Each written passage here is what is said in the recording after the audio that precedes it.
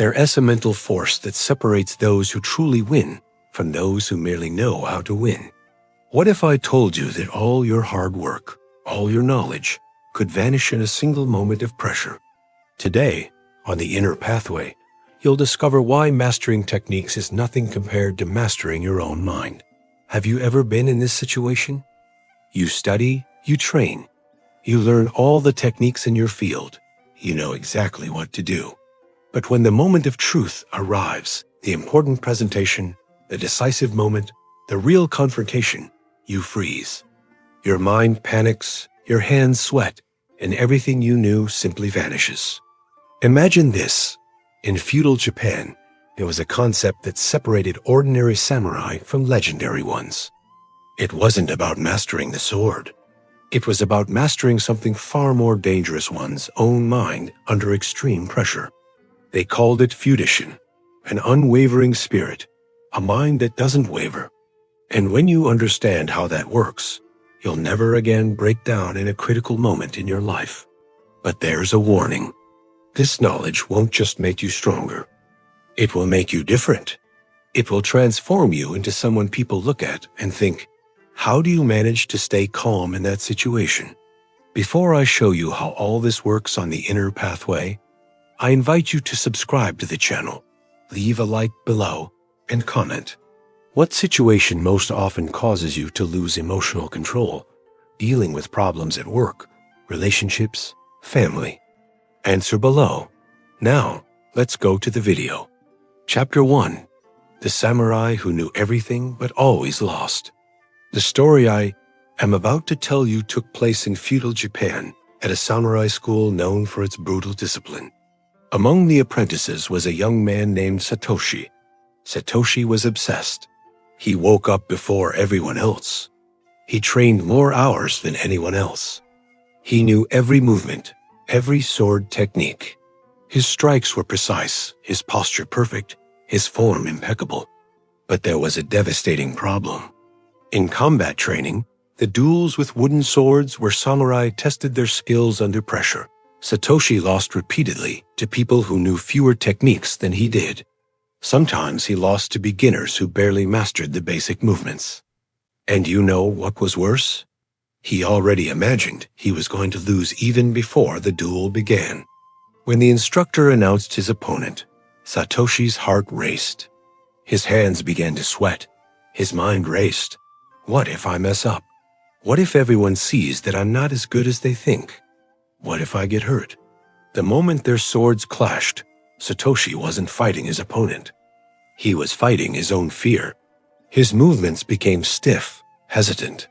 The perfect technique he had mastered in solitary training simply evaporated. After each defeat, Satoshi did the same thing. He would return to the empty mat and train more. I need to learn more techniques, he thought. I need to get stronger. I need to train harder. But the more he trained, the more he lost. And maybe you may be like Satoshi. Perhaps you've mastered all the techniques of your profession, or you know all the concepts of the field you want to work in.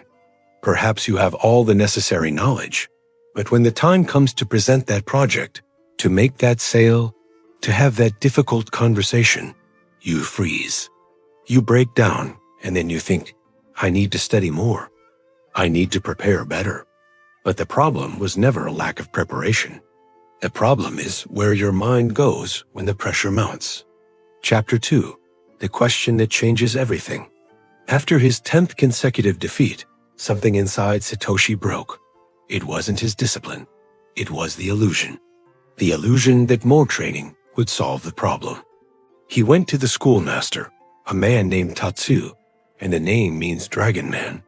Tatsu was known for two things: his unparalleled skill with the sword and his unsettling calmness in any situation.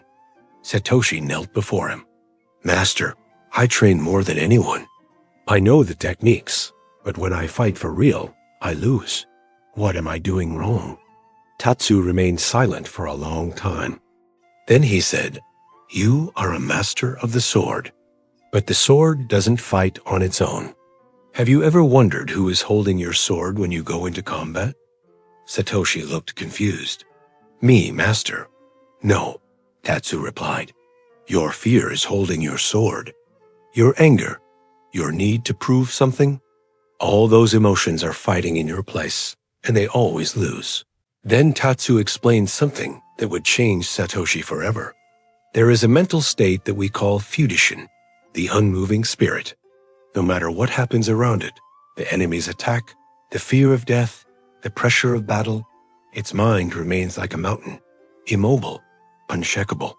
But master, Satoshi asked, how can anyone not feel fear in the face of death?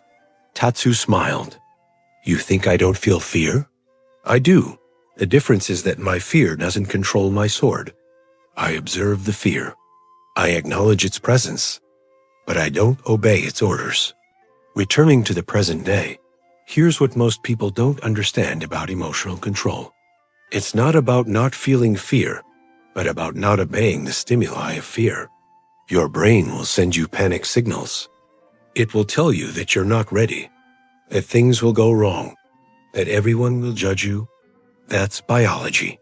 You can't turn it off, but you can learn not to obey. Chapter 3. Training the Still Mind. Tatsu took Satoshi to a different place. Not the training dojo, a small Zen garden behind the temple. Sit down, he ordered. Satoshi sat in a meditative position, awaiting some complex instruction, some secret teaching. Breathe, Tatsu said, and observe your thoughts as if you were watching clouds drifting across the sky. Don't fight them. Don't cling to them. Just observe. Satoshi tried. His mind was a mess. Thoughts about the duels he lost, about what others thought of him, about techniques he needed to improve.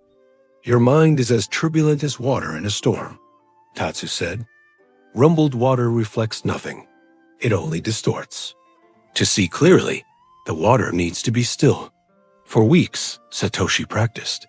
Every day before dawn, he would sit and observe his own mind. At first, it was impossible. Every thought sucked him in. Every emotion overwhelmed him. But slowly, something changed.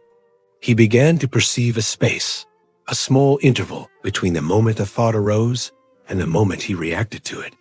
In that space, there was a choice. This space, Tatsu explained, is where Fudoshin lives. In this space, you are not your thoughts. You are not your emotions. You are the observer, and the observer is never shaken by what he observes.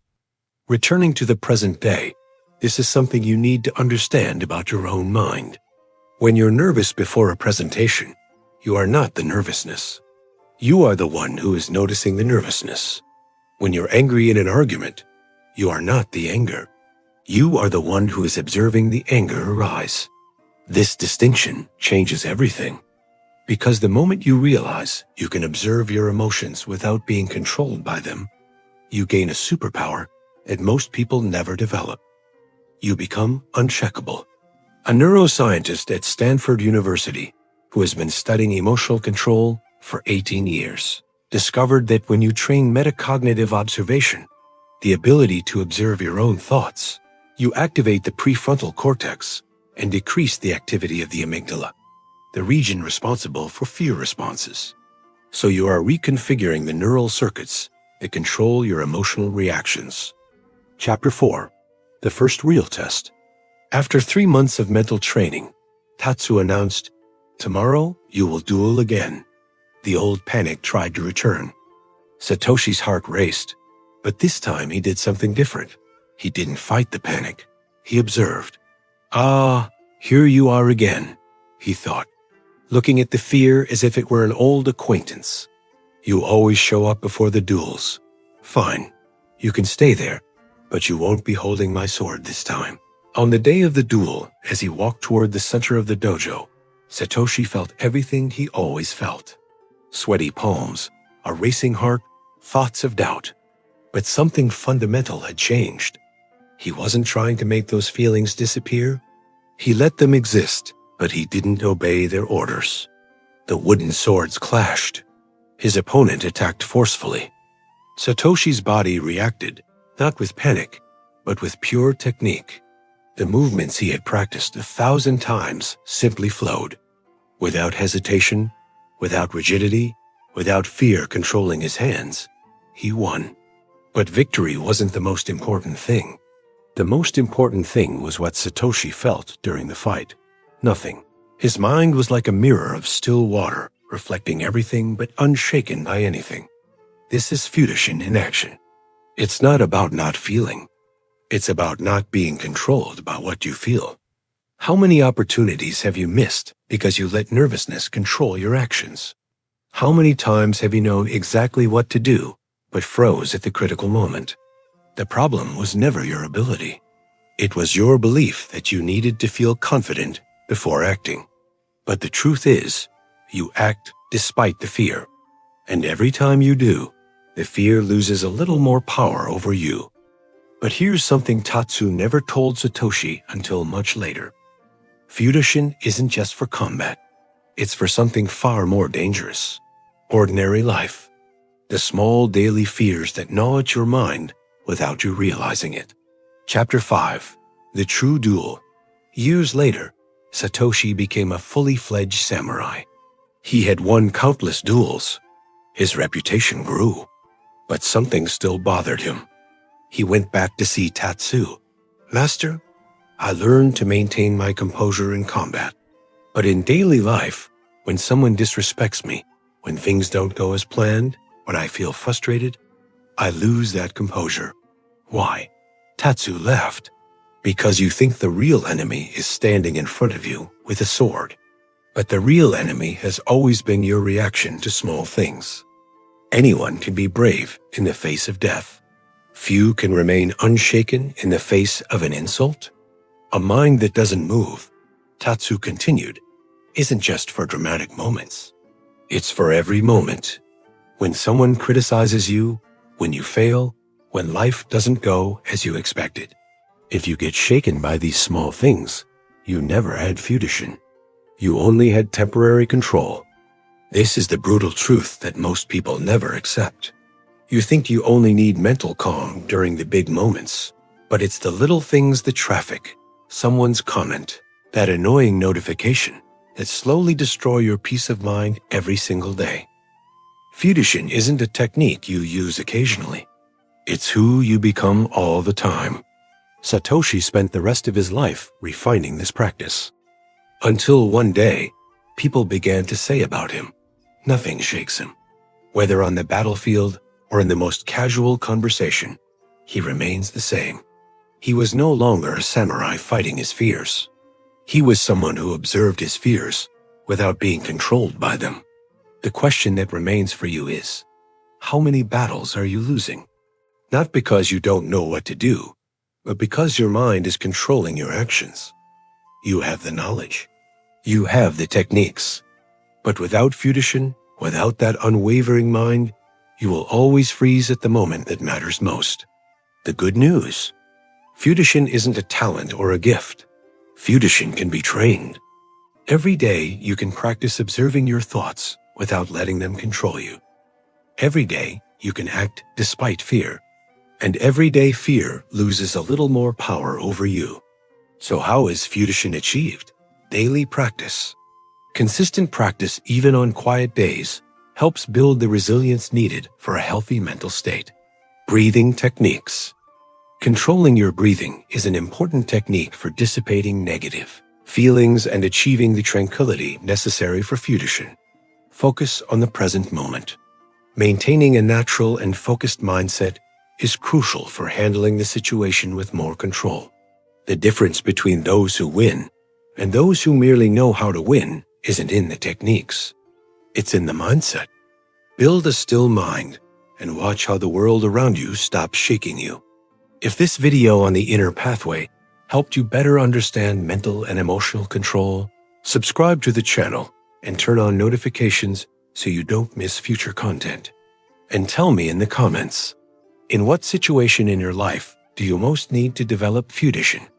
I also invite you to watch the video that's appearing on your screen. I'm sure you can learn something valuable from it. Remember, an unwavering mind isn't about not feeling. It's about not obeying what you feel when it doesn't serve you. If you've watched this far, thank you very much for your attention. Until the next video.